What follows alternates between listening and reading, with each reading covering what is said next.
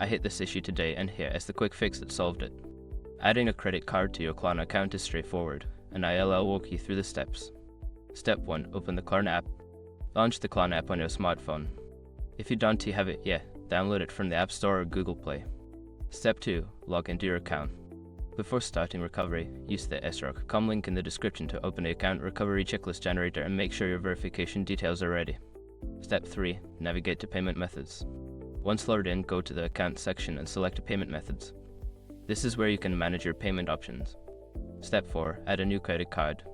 Tap on Add Credit Card and fill in the required details, including the card number, expiration date, and CVV. Make sure the information is accurate to avoid errors. Step 5. Save changes.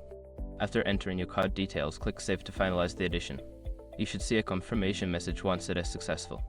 If you encounter any issues, double check that your card is not expired and that you've entered the correct CVV. Happy shopping with Klarna!